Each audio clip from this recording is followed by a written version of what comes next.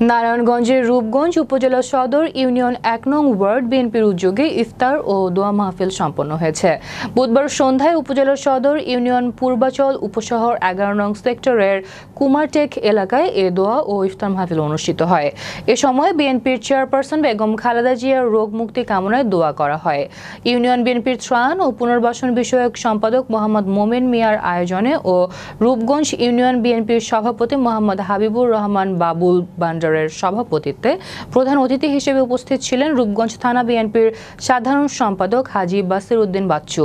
বিশেষ অতিথি হিসেবে উপস্থিত ছিলেন রূপগঞ্জ থানা বিএনপি মোহাম্মদ নূর নবী ভূঁইয়া, রূপগঞ্জ ইউনিয়ন বিএনপি মোহাম্মদ জিন্নাত আলী, রূপগঞ্জ থানা বিএনপি মোহাম্মদ শামীম ভূঁইয়া, রূপগঞ্জ থানা বিএনপি মোহাম্মদ মোশাররফ মোল্লা, যুবদল নেতা সালাউদ্দিন খান, নারায়ণগঞ্জ জেলা তাঁতি দলের সভাপতি শুক্কুর মাহমুদ প্রমুখ। এ সময় দেশনায়ক তারেক রহমান ঘোষিত ৩১ দফা বাস্তবায়নে রূপগঞ্জ ইউনিয়ন বিএনপির ঐক্যবদ্ধ হয়ে কাজ করার আহ্বান জানান।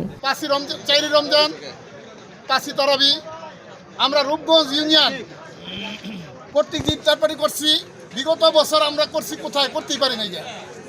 আজ আমরা প্রত্যেকটা ওয়ার্ডে আমরা ইফতার করতে যাচ্ছি। আপনারা সবাই দোয়া করবেন।